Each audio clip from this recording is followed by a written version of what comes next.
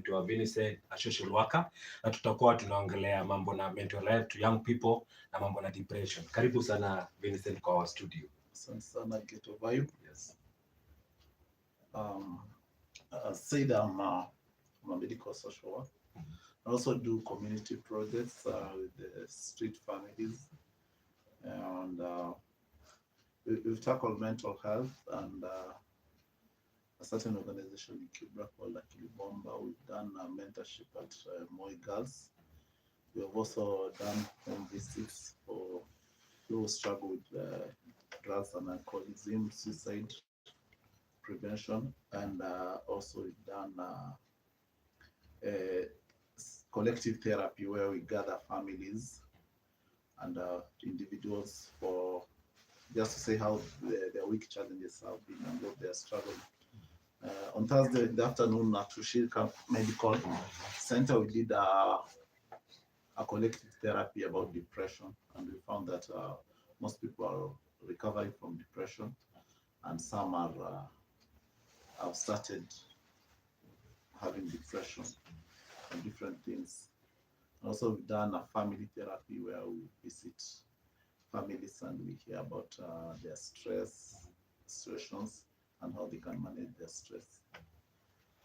Most of the depression things are economical because if they cannot meet their basic needs, they're depressed.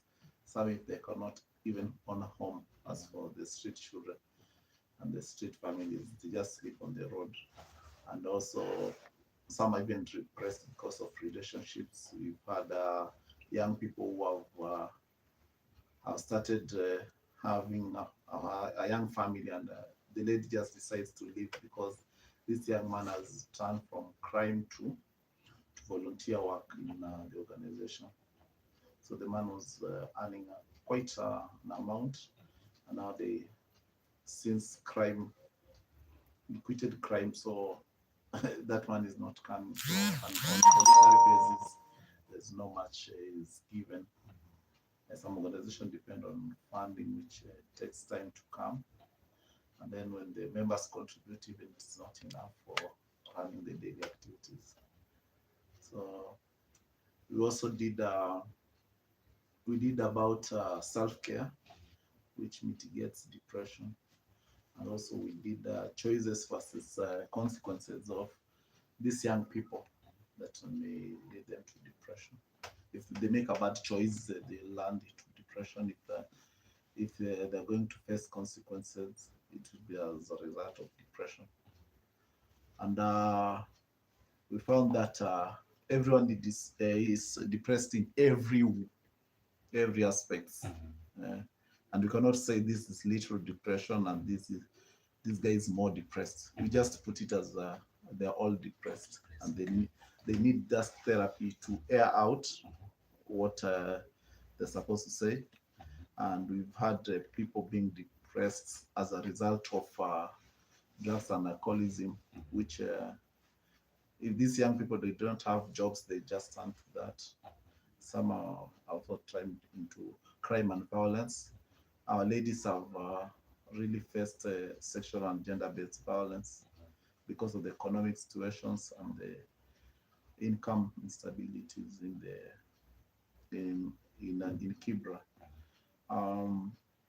Most people I meet in hospital as I work, they're depressed because they have a huge bill which they can't pay.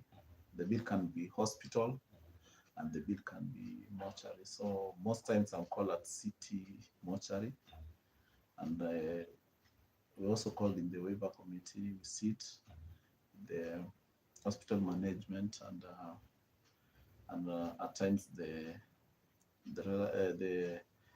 some staffs and the accountants and the billing, where we waive a certain amount of money. And so the politicians also does a letter. According to their policies, there's a certain percentage of helping. So these are the people we meet.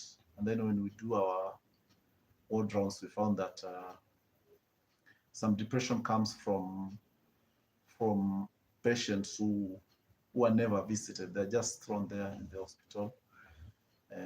after being discharged, nobody comes even to come and pick them. And also some people who are street families. We had one in Meru. We took him to Meru, and then he was slightly depressed because they had sold land. So they was about to reject him, and we travel all the way to that. And some people are depressed in a way that every time they fall sick, they have these chronic illnesses, and then at times when they get the medicine, it's prescribed, they don't find it, and if they find it, it is more expensive than the hospital one.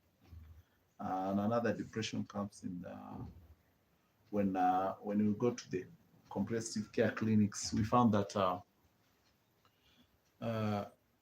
some young teens or young adolescents, they are aging with the HIV, but again, you find that they see that medication as a pill burden, so they refuse and say they're tired. And then when they come again, you find the viral load is high. When the viral load is high, they need to do another VL. And when they do another VL, we do a multidisciplinary committee. When we sit there, there is a clinician, there is a social worker, there is a nutritionist, there is the peer educator, there is a mentor mother, there is also the screen and the trudge. When they sit, we find a way so that we can help this. And the interventions made are from different organizations, different people that are going to support nutrition, education. Some also support the just life skills for someone to adhere with the VL. And also the home visit. And at times you visit, you do a home visit, they'll tell you that our place is not good, you're coming from a slum. Some will tell you, what are we going to prepare for you? And they say, no, we're just coming as different people. As we go, we not, even during COVID, you can say these are medics. We just come the normal way. Even the people who stay around, they think I'm the uncle, or something that I'm the cousin. So we don't go with the mask. There's no dust or there's no scrub. You go there, you just talk and remain there only to see the storage of the medication, and you do your checklist, and then you do a report. Even have you said that you go to home visit to do the bill count of the client? Of the client. Which situation or which challenge do you see in that household level? Which challenge do you see? And if you relate it to even in terms of, you see, young people who are taking medication, they have a challenge in terms of relationship, in terms of being rejected because of their HIV status. How do you guide them in that scenario? The first challenge we normally see is the storage of the medication. And then also they tell you we have another clinic. It's not a Bagathi clinic. I go to Isili, some they say Biafra, but again they don't attend those clinics. So you find the medication is just the way you give them. They took, some even live in our washrooms there. You find a bottle there or a box. So most of these people, they don't adhere to medication. And the second challenge you find that home is nutrition. They tell you only feed once per day.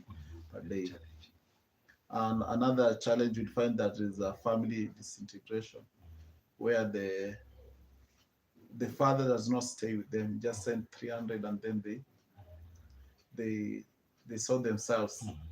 And even when you're coming to that home, you have to pass several places because of stigma. There's just family stigma and individual stigma. So you will just rotate, and then when you're going where you're going, we had a scenario in Kibra, the first home visit I did. We just went around Kibra, but the place where we are going is just where we alighted from the bus. And then when we came out from that house, we used another route. And then when we sat there, and again, another challenge just that there is denial. The father says, you have an in. The father says, I have a wife, is positive, me I'm negative. Negative. So they are discordant. So the father will also say in front of the kids that it is your mother who brought this disease to us, and then we had to do a test for the family when they come to the facility. We encourage all the family members to come, minus the father, because the father say we are collecting data to take to NGOs. He has worked with NGOs and he knows this is just data collection, and we are making money from the donor. So he won't open up for us, and also want to to to get into care. Another challenge is that people have got several partners. Partners. That's what we call for PNS. PNS, because uh, the patient might have other men, and then in the process, after coming for the another visit, you find that she's pregnant, but is not the father of the children. So again, you have to bring the partner, which at times it's hard for the peer educators and the screeners, because you have to be you have to apply the lives and the lives training skills, so that you may bring these partners for the enemy. And then the children,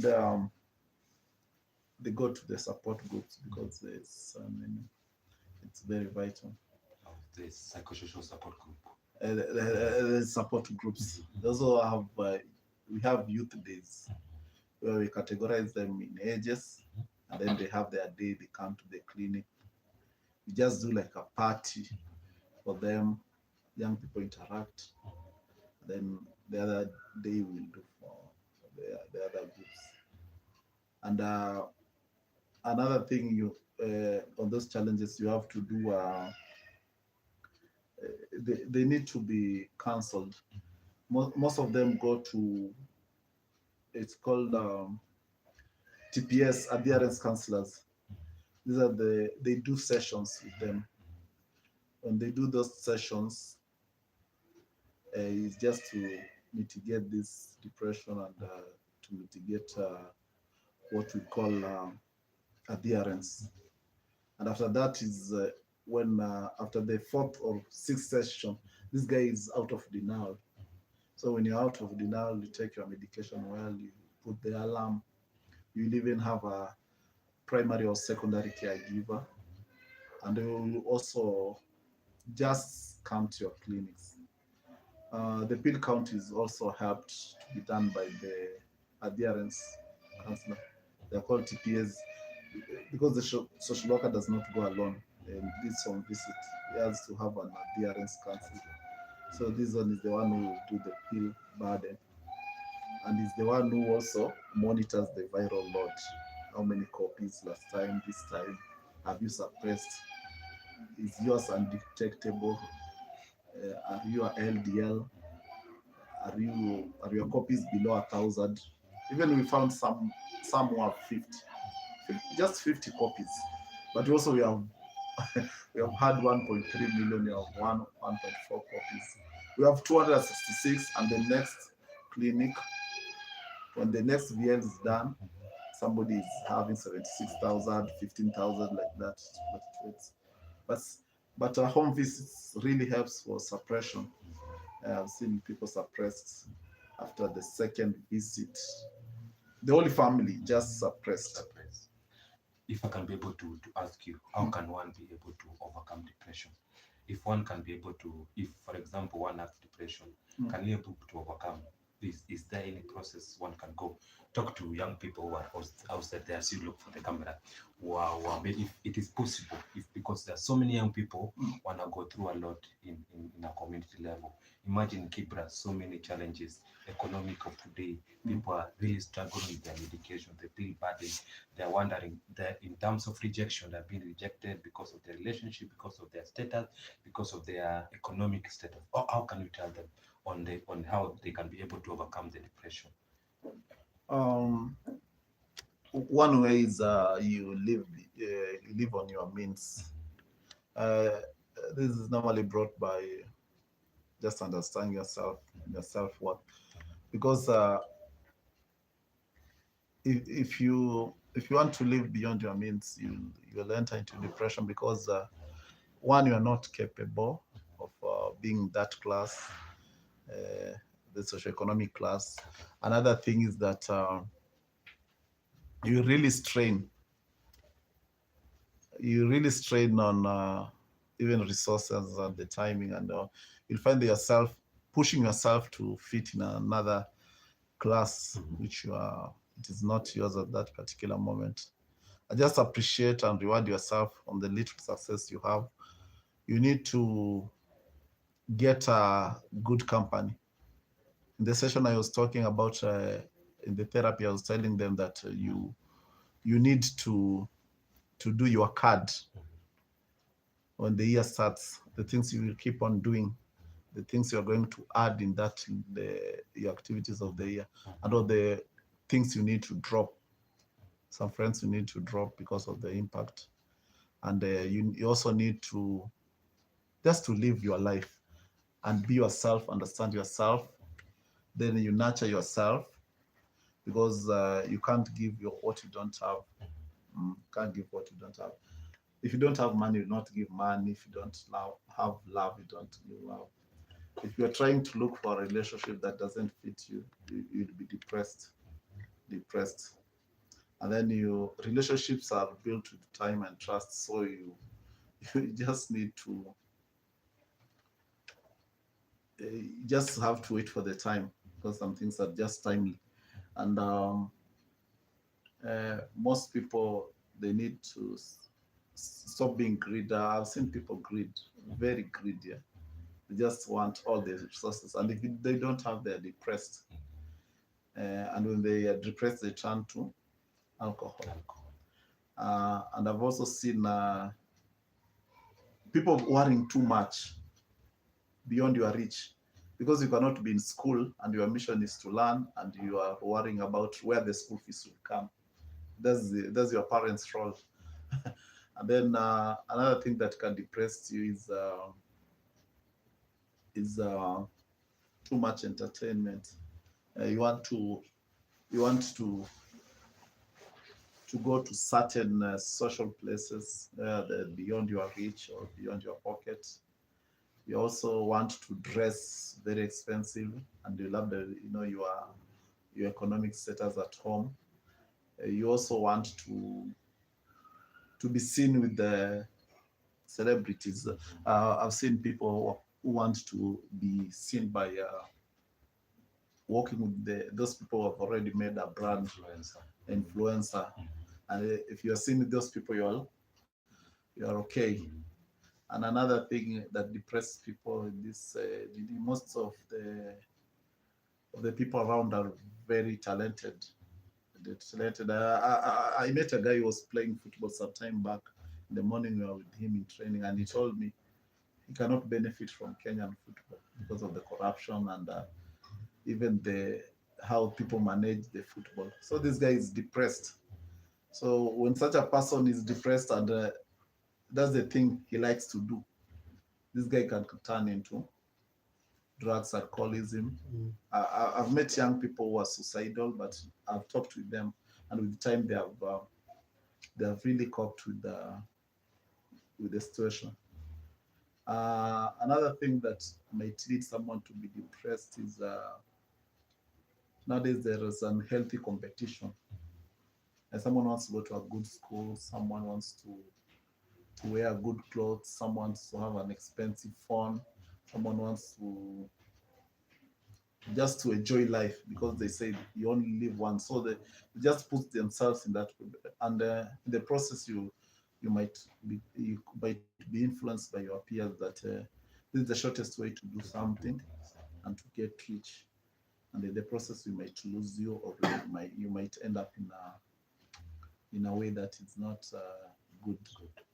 So I wanted to, as we wind up and finish, I wanted to just to ask if one can be able, if there's young person out there or any person who is really struggling with stress, struggling with depression, where can he get help?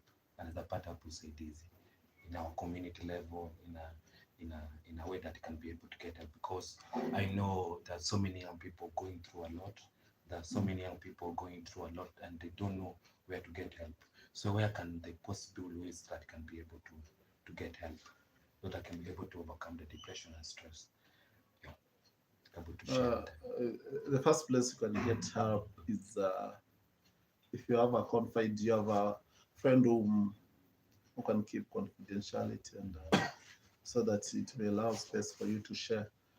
Another place is an organization. There are so many organizations that you can reach out. We have one that I'm a part of is Akili Bomb, but just opposite Greenfield School and a few meters to Ayani Primary School. So where the one of their pillars is stress and depression management. And another place you can find a counselor, either in the hospital or to even this CHVs, community health volunteers and community health workers who are counselors and have done counseling. Another place I'd recommend for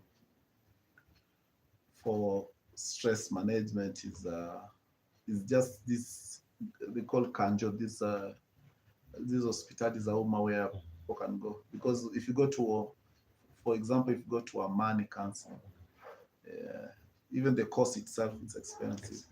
So if you want the service, somebody might tell you 2,500, for instance, for 1.5 hours session, and you're like having 9 or 10 sessions, and you're not able. But there are free counselings around. We have HTSs in the hospitals.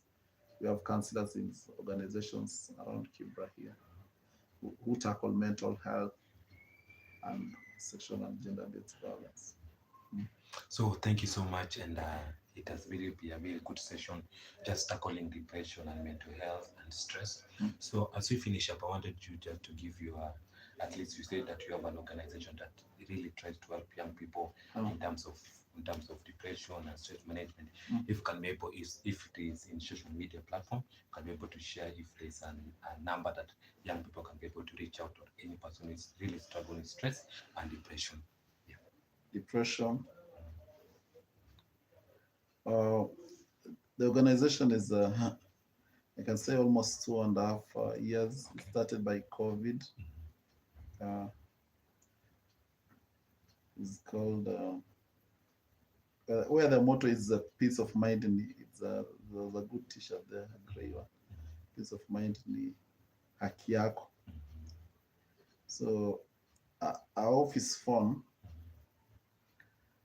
is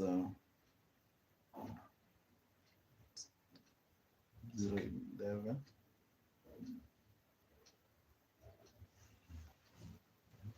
011.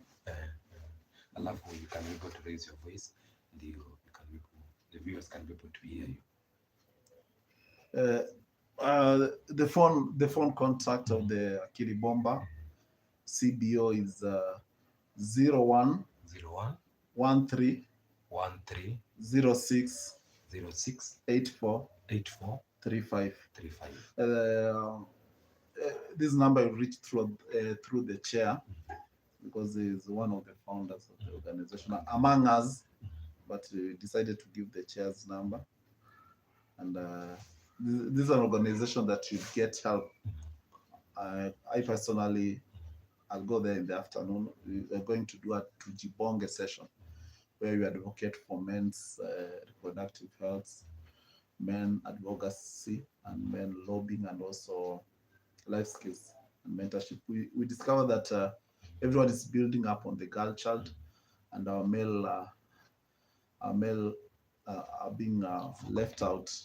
And it will reach a time that the man is not empowered. So the man will be left behind, even the boy child will be left behind, as we focus so much on the girl child. So the man should be empowered. That's why you came up with that Tujibonge platform.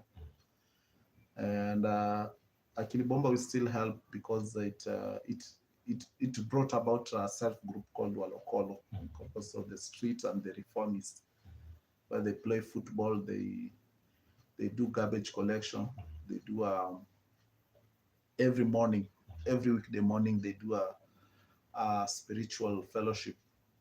And also they have breakfast there.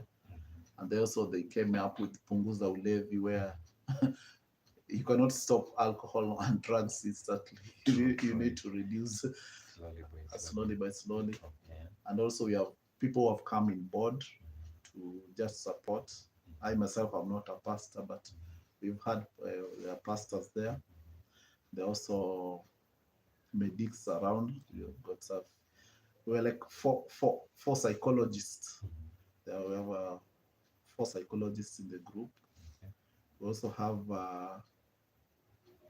5 people who have been struggling with drugs and crime in the past, but it's now, when they quitted, it's quite some years. One is 7 years since he quitted alcohol, and the other one is 4 years since he left crime, and among other people. And there's a group. And the services, they are not charged, free of charge. I just walking in the office at Ayani. The office used to be in Jamhuri, and there was a concern that it should be taken to Kibra. Jamhuri looks like a middle class place. So it was brought to Kibra, where the services are free, Monday to Friday. Monday to Friday. So thank you so much. That for giving us a good session about depression. And I want, if you are out there and you are facing any challenges in terms of depression, in terms of stress, you can be able to, there are so many organizations out that can be able to get help. So thank you so much. Continue following our Ghetto Vibe page, channel, subscribe, share, and comment. I want to hear your comment about depression. I want to hear your comment about stress. Thank you so much. Always say, Ghetto Vibe Park is a #1 channel. Thank you so much. As you meet again. Thank you. Ilikuwa